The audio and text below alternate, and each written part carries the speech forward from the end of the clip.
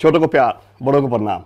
सबसे पहले तो आप दोनों का बहुत बहुत स्वागत है जी। थैंक यू जी, थैंक यू। ये Rohit Duggal, RD Knights and Sparsh Entertainment की तरफ से जो कल शो किया जा रहा है for Sydney people, I think it's going to be lovely show. तो जैसे मैंने सुना है जसपाल भट्टी जी का बहुत बड़ा हाथ रहा है जो आपका टैलेंट, छुपा हुआ टैलेंट बाहर निकालने में।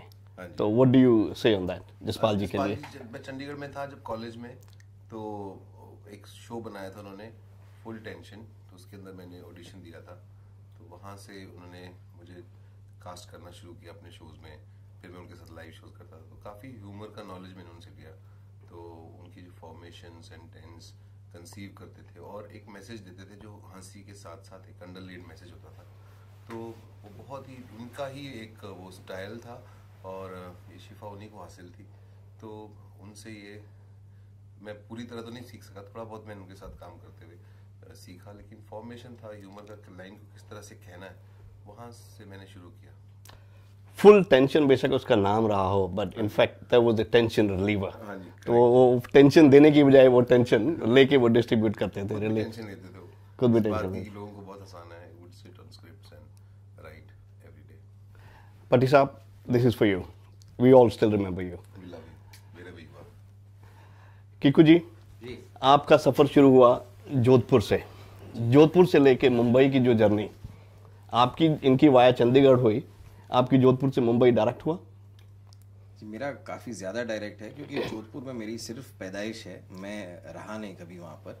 मैं वो पैदाइश है उनकी, वहाँ रहे नहीं है वो, आप ऐसी सीरियसली ले रहे हो।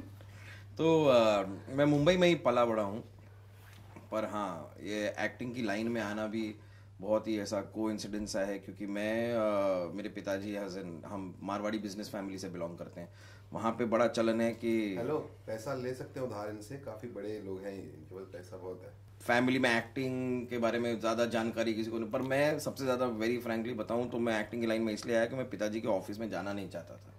वहाँ पर बड़ा ये है कि 18-20 साल की उम्र में आप अपने फैमिली बिजनेस में आना शुरू कर देते हैं। पिताजी भी इंसिस्ट करते हैं कि आओ ऑफिस आओ ऑफिस आओ। बस मैं ऑफिस से बचने के लिए बिजनेस में लगा लो कोई मैं अपने पिताजी के बिजनेस से बचने के लिए आया हूँ इस लाइन में। बस अंकल मुझे गोद ले लो। अंकल तैयार बैठे हैं भाई। आप दोनों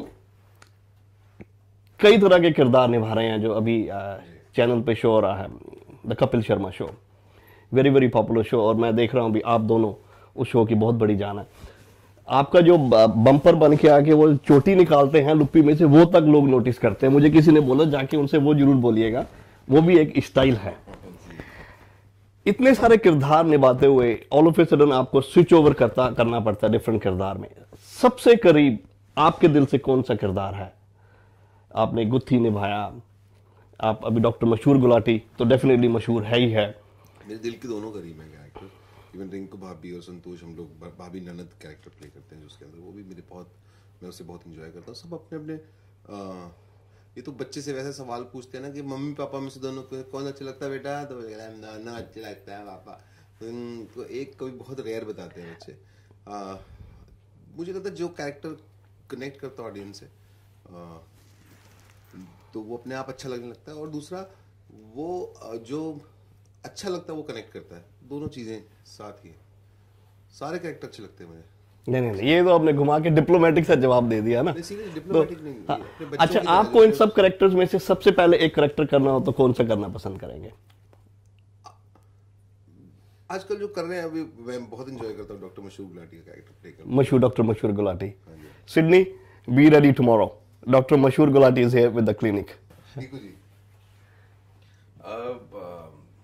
नहीं, वैसे ही काफ़ी एक्टर्स हैं, लेकिन मैं लार्जली जिस टाइप का काम करता हूँ, मुझे हमेशा लगता है कि बहुत हमारी इंडस्ट्री में होता है कि स्लॉट कर देते हैं बड़े जल्दी से कि भाई ये कॉमेडी है तो ये कॉमेडियन, और ये तो मुझे लगता है कि मैं एक एक्टर हूँ, मैं अलग अलग टाइप का काम करना चाहता हूँ और कर सकता हूँ।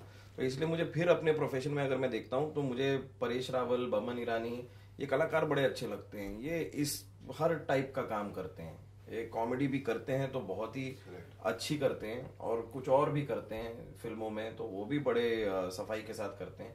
तो आई फील के ये जो स्लॉटिंग कर देते हैं हम अपने आप को ही, और विद इन द इंडस्ट्री होती है जबरदस्ती के कि ये कॉमेडियन है, तो बस अब इन्हें काम भी वैसा ही ऑफर किया जाएगा क्योंकि ये वो काम अच्छा करते हैं, तो माना कि हम वो अच्छा करते हैं, लेकिन ये बात नहीं है कि हम दूसरा नहीं करते या नहीं कर पाते, तो करना चाहेंगे। तो लाइक दैट, उस हिसाब से I think Boman Irani, Paresh Rawal, that kind of category, that is the kind of work that I wish to do. भाई मैं तो अपने पिताजी के ऑफिस में बैठा होता, कुछ कर रहा होता। नहीं, वहीं से तो आप भागे हैं, तो इसलिए वो तो आप नहीं बनते। नहीं, मैं जाना तो पड़ता मुझे, मैं होता वहीं पर, काम शायद नहीं करता, मतलब ही बेटा आपका पिताजी के सहारे पे चल रहा पैसे कमा रहा है, तो अभी उधर चल रहा है, नहीं होता तो उधर होता। वाह अंकल, मैं आपके यहाँ ही होता अगर आप मेरे को, चलो कोई नहीं। अंकल जी, पहले तो वापस ऑफिस में बिठाना शुरू करो इनको। नहीं, क्यों बिठाना, इतने लोग करोड़ों लोगों को हंसाते हैं। अंकल जी नहीं बिठाइए। करोड़ों लोगों को हंसाते हैं ये, और इतनी स्माइल देके लोगों को सुलाते हैं, इतना स्ट्रेस कम करते हैं। और बड़ी बात है, मेरे को क्यू भी राइट टाइम पे देते जब हम तो बड़ा इंपॉर्टेंट होता है। अगर आप क्यू गलत दे दो ना, मैंने इनको क्यू गलत दे दिया, इन्होंने मुझे क्यू गलत दे दिया लाइन में, तो सारा जोक फ्लैट हो सकता है। तो हम लोग एक दूसरे से लड़ते नहीं है, बहुत बहुत रेयर लड़ते हैं। उनको मालूम है जरा सा लड़े तो इतने एक्ट खराब कर देगा स्टेज के ऊपर। अच्छा, अगर आप आर्टिस्ट नहीं होते तो क्या होते? मेरे को लगता है मैं ऐसा ही होता, बट ये है कि अभी आज टीवी पे काम कर रहा हूँ, तो शायद गली में नुक्कड़ पे कुछ तमाशा दिखा रहा होता डमरू लेके। I would have been the same, but और नहीं तो अगर वो भी ना होता, आर्टिस्ट भी ना होता, तो I think I would have been a teacher somewhere. तो मैं एक बात को बहुत लंबा बोलता रहता हूँ, रिपीट करता रहता हूँ। तो टीचर्स भी होते हैं ना कि एक लेसन वाला समझता नहीं है, समझाते रहते हैं, जब समझ भी जाता है तो भी उसको मैं अग्री भी कर जाता। आई थिंक टीचर होता है, मुझे बड़ा अच्छा लगता है। जैसे टीचर का प्रोफेशन जो होता है, तो बहुत ही रिस्पेक्टेबल प्रोफेशन है, और आप लोगों को ज्ञान बांटते हैं बच्चों को, और वो कुछ बनते हैं। साथ ही हर साल तो वैसे डॉक्टर का भी प्रोफेशन, पर क्या बना दिया ये वाला डॉक्टर कोई ना बने। नहीं, ये वाले तो मशहूर वाले डॉक्टर है ना। तो और हर साल उनकी क्लास में बच्चे बदलते हैं, तो आप नए बच्चे आते हैं बड़ी, तो हर साल सारे बच्चे नहीं, कुछ बच्चे होते हैं अगले साल भी वही होता है, मोस्ट ऑफ द किड्स। तो जैसे हम लोग ने इंडिया में पेरेंट्स को होता है, अभी मेरा बेटा इंजीनियर बने, आईएएस बने, डॉक्टर बने नहीं बोलूँगा, आप बन चुके हैं डॉक्टर, तो पेरेंट्स की क्या ख्वाहिश रही है डॉक्टर के अलावा, आप क्या बनते हैं? तो मेरे पेरेंट्स ने बहुत मोटिवेट किया हमेशा, स्पेशली मेरे फादर। अगर हमारे स्कूल में कंपटीशन होता था, वो मुझे सुनते थे कि क्या है पोएम, क्या सुना रहा है, क्या ड्रामा कर रहा है, क्या हिस्ट्रॉनिक्स कर रहा है। सो उनका बहुत सपोर्ट रहा है एक्चुअली। मेरे फादर को जब मैंने बताया कि मुझे ड्रामा में एमए करनी है, मास्टर्स करनी है, तो उन्होंने कहा कि सोच ले। मैंने कहा हाँ जी, सोच लिया, ठीक है कर ले। बहुत बड़ी बात होती है एक पेरेंट के लिए। उस जिस फैमिली में, जैसा कि कीकू जी की फैमिली से भी कोई नहीं था इस फील्ड में, और हमारी फैमिली में भी कोई नहीं था, तो बच्चे को लगता है कि यार सेटल कैसे होगा इस प्रोफेशन में। बिजनेस का तो मालूम है अंकल को कि ये बिजनेस है, मेरे फादर बैंक में काम करते हैं, उनको मालूम है कि ये बैंक में जॉब करते हैं, तो ऐसे ऐसे होता है, तो you would guide in a certain way. इसका तो किसी को कुछ पता ही नहीं है ना कि कहाँ से लीड पकड़नी है, तो बहुत सही हो गया। परफेक्ट। जैसे कि हम लोगों ने देखा है, एक्टिंग के स्कूल होते हैं, सिंगिंग के लिए स्कूल होते हैं, डांसिंग के लिए स्कूल होते हैं, बट स्टैंड अप कॉमेडियन के लिए ऐसा कोई फॉर्मल इंस्टीट्यूशन नहीं है, जहाँ तक मैं सोच सकता हूँ, हो भी नहीं सकता। कि डेली लाइफ में आप ह्यूमर ढूंढें, मतलब इतनी चीज़ें होती हैं, आप कहीं पे जाएं, आप एक मैकडॉनल्ड्स में घुसें कुछ खरीदने, आपको कोई तो ऐसा बंदा मिलेगा जो कुछ अजीब होगा, फनी होगा, किसी का बात करने का तरीका थोड़ा। अब वही है कि आप अलर्ट हैं, अवेयर हैं, आपके कान खुले हैं, आप सुन रहे हैं, वो ज़रूरी है ना। But people get to occupied in their life, in their own thoughts, कि आपका इधर उधर का देखना ज़रा सा बंद हो जाता है। जो इंसान अपने लाइफ को बहुत सीरियसली ना ले और अपने थोड़ा अवेयर रहे और इधर उधर देखते रहे और लाइफ को सीरियसली नहीं लेते हुए हर चीज़ में मजाक और फन ढूंढे, तो बहुत है। तो वे ये चीज़ें, मतलब इसीलिए मैं कहता हूँ ये चीज़ें सिखानी मुश्किल है। आप जैसे कहेंगे किसी को स्टैंड अप कॉमेडी सिखा दो या किसी को कॉमेडी सिखा दो, ये सिखाने वाली चीज़ ही नहीं है। ये ज़रा आपकी एक लाइफस्टाइल से ही निकलती है, आई थिंक।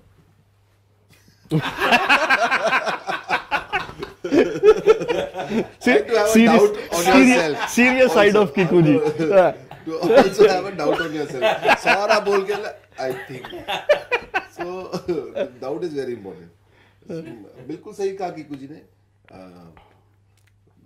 मुझे ऐसा लगता है कि स्टैंड अप कॉमेडी के लिए सबसे ज्यादा जरूरी है कि आपको हंसना आना चाहिए, हंसाना आना चाहिए, बस, और कोई रूल नहीं है।